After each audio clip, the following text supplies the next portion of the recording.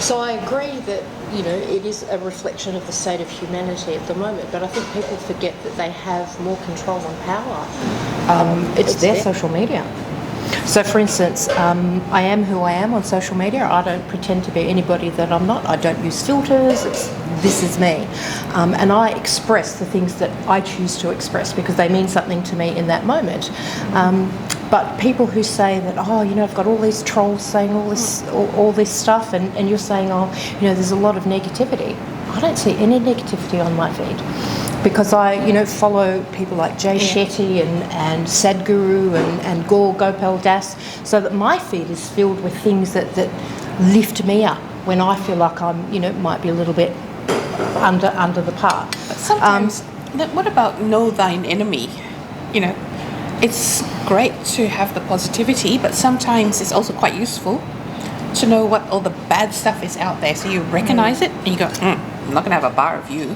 Yeah, true. So I mean, it doesn't matter how many positive people I follow. There's always, the news is always going to pop up somewhere, but I can choose whether to read that or not. True. If somebody says, look, I am incredibly lucky, and I think, I probably am quite different to mainstream. I very rarely have any trolling or anything like that, so I haven't experienced the let's say, the ugly side of social media. Mm-hmm. But on the odd occasion, there's been something that I've disagreed with. I've chosen not to respond. But I also believe that if it was really bad, I could delete it, or, I don't think I would engage. Yeah. Depending on what it is, I guess. I can't say that equivocally that I would never engage, but for the most part, I would choose not to engage with anything that was, less than positive.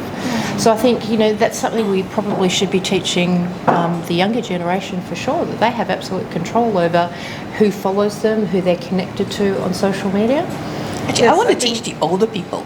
It's potentially my mum's generation, and some of them are absolutely no filters. And you think, gosh, put some filters on. Put filters on. There are some things that should not be said in public. Yeah, even on social media. Yes, I get your point about controlling, like being in a position where you can control what feed you put out there on social media. But this coming from you, I actually believe that, because I see a confident woman. I see a confident person. Most of the people in the world, they don't have that Haven't always been that way. Yes, but I'm sure you had to go on a journey to get to where you're at. Yeah. But unfortunately, I don't know whether it's. It'll be lovely if we could get back again. That's why I say I'm a firm believer in human beings. Technology. Social media as one of the drivers is dehumanizing us. Yes. We are driving away from being, that human aspect when you remember what it means to be a human being. But because it can help us connect. Look at. I get that. It can help us connect. It's a very good platform to help us connect, etc. But it's dehumanizing in terms of we are more focused. You remember the times when a phone was just a phone to call somebody, but now. You find at a dinner table, a family is not even talking because this one is on the iPad, this one is on this. That's a subject, again, for another day. We could go into that as well. Yeah. But my point is, for me, the whole background, it gets back to human beings. Let's peel everything off. Let's take away the fact that, we are women, we've got jobs, we're married, or we've got a not-for-profit organization. Peel that off. What's left? It's really interesting because, in terms of confidence, I could be completely in self-acceptance with myself, but I can't say that about some of the people around me about whether they're in complete self-acceptance of me. Exactly. So being that unfiltered version of myself on social media isn't so much a matter of me not having the confidence, but it's that trust on whether I can be that person around to the people that are on my following list, or the people that I'm showing up on their newsfeed for. And it puts a filter on how confident you can allow yourself to be in public, even though you might feel it when you're at home or when you're behind the wheel. How do you get over that little speed bump?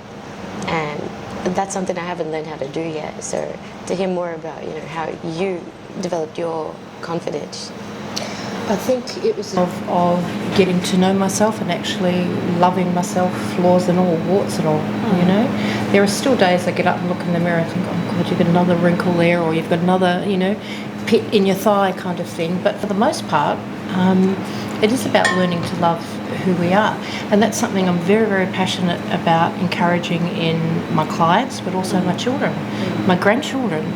My eldest daughter is not your average size 8. She's had 3 children and she has a few health issues, but I'm very, very proactive and so's her partner, who's an amazing man, but proactive in telling her, how beautiful she is and what a great mother she is, and she's an absolutely amazing family member. I think she's the one that keeps the family ticking over in terms of, it's this person's birthday, let's organise this party, let's organise, this gift. So she's got so many amazing qualities. But we don't just focus on that. With all of my kids and again my grandchildren, I've been very, very vocal in telling them what a beautiful person they are. So, helping them to fall in love with themselves as well. So thankfully both my girls have got amazing partners, but I think that's because they've come from a place of accepting themselves. Do they accept themselves 100%? Absolutely not. I don't think any of us can ever really say that we do in every given moment. And I think that is probably the pitfall, if you like, of social media, because you see these absolutely gorgeous women that have been airbrushed to within an inch of their life.